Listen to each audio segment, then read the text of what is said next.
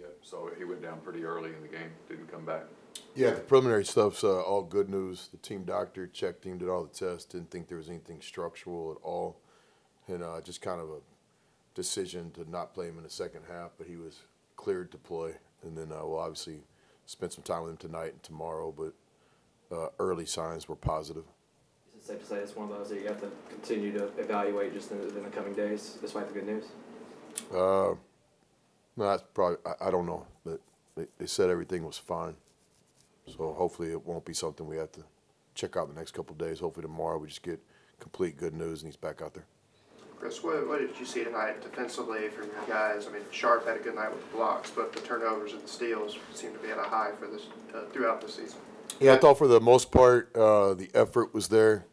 When we had some mistakes tactically, Sharp did a great job just blocking shots, especially in the first half. He erased a lot of our mistakes.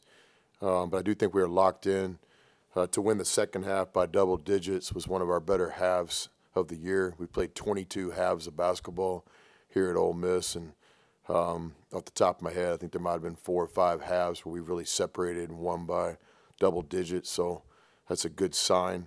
A lot of it had to do with our respect for Troy. I mean, Coach Cross has been doing this a long time, and his teams just don't give up. I've seen his teams down, they come back and win the game. They're going to play it all the way to the buzzer. I thought tonight was no different. So, watching his team this week in preparation and showing our players, I think the guys had their full attention. They understood that they're playing a team that was wired to come in here and beat us tonight. Scott's won more of these type games than any mid-major coach in the country, in to my knowledge. I mean, he's beat Florida State, Ohio State. He's won a lot of these games over the years. He built a championship program at UT Arlington. Now he's in the process of doing that at Troy. So I think probably the fact that we played well tonight started with our respect for Troy. We understood what we were getting into tonight. I give our players a lot of credit. We were dialed in. Any questions for Coach? I mean, just 32 points, just straight off turnovers alone, and 25 in the game. I think it's the first time in like 5 or 6 years that's happened. I mean, just come talk about just whatever, like, they just kind of just made offenses turn out of defense.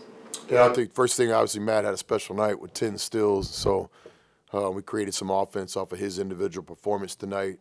Sharp does his deal on blocking shots tonight, so we had a lot of opportunities. That's 16 opportunities where you have a chance to have a transition basket.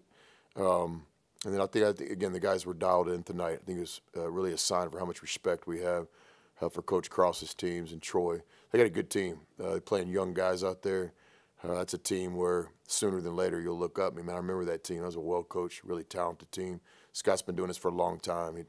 Oregon State the other night in the Pac-12 took them to double overtime, had 2 shots to beat them. So, we were dialed in tonight.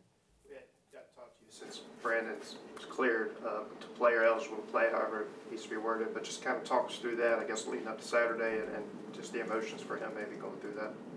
Yeah, I think it's going to be a process, getting Brandon back, and lots of positives, not only in game time like these last 2 games, but also in practice. He was practicing with the team, but it's just different when all of a sudden he knew he could play. So we're starting to see an elevated performance from him in practice. He was spending a lot of time on the scout team and second team when we didn't know his fate. So it's just going to be a process coming back. I think his heart's in the right place. Opening night, 4 assists before you could blink. Tonight, hits his first shot. So a lot of confidence in him and his talent, but we knew it was going to be a process for him to come back and be out there like he normally is. I guess is it safe to say that process of getting back into it just kind of mirrored kind of what Musa is kind of going through? It's like Musa's having some injuries early on. Is that process kind of mirror that in some aspect? Well, I think they're 2 different scenarios. Brandon was just cleared to play and hasn't dealt with any injury type things. Musa's overcoming the fact that he hasn't played in games and coming back from extended missed practices. So they're obviously similar situations because they're joining the team, but a little bit different in the factors involved. We've seen Matt take over games offensively over the years, but for him to have 10 steals, how important is it for a guy like that to do it defensively too and have a guy who can step up and change the game that way? Yeah, when I think of Matt Morrell defensively, I think of Kermit. I'm not up here with a magic wand. Guy's been coached for 2 or 3 years in college basketball by a defensive coach that knows what he's doing. So we benefited from that. Matt understands instincts. He jumps at the ball. He sees things before they happen. So I recognize, Kermit and his staff and all the work they put in with Matt.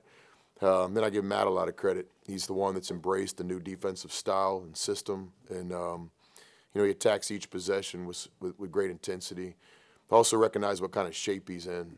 He's in great condition. Matt's a guy that doesn't get tired often, and when he does, he's mentally tough enough to kind of fool you that he's not tired. And so, obviously, John Riley has a big part of that, but Matt's an elite athlete. People think of athleticism in terms of jumping up, floating in the air, but another big part of athleticism is to fight fatigue, to play extended periods of time, and that's one of Matt's many talents that I think will translate to him having a really good pro career as well.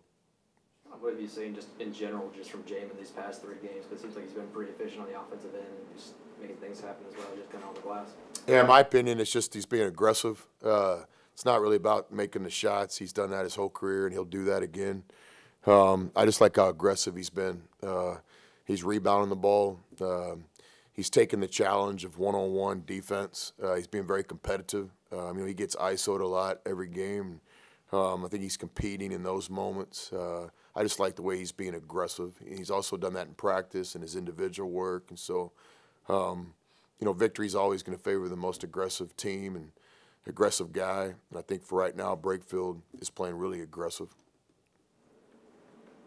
More questions for Coach?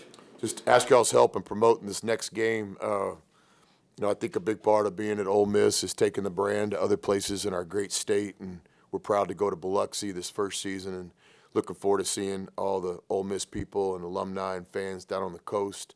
Obviously, we have a lot of respect for Southern Miss and what Jay's done there, so it should be a great college basketball game between 2 schools from the state of Mississippi. So tickets are available. If you guys in all your different ways can help the fans know that, but we hope to have a great showing of Ole Miss fans when we play in Mississippi here in a couple days against a really good team. It was a championship team last year, a postseason team, returned most of their players, so we'll have to play really well against Southern Miss here in a couple days. Thank you.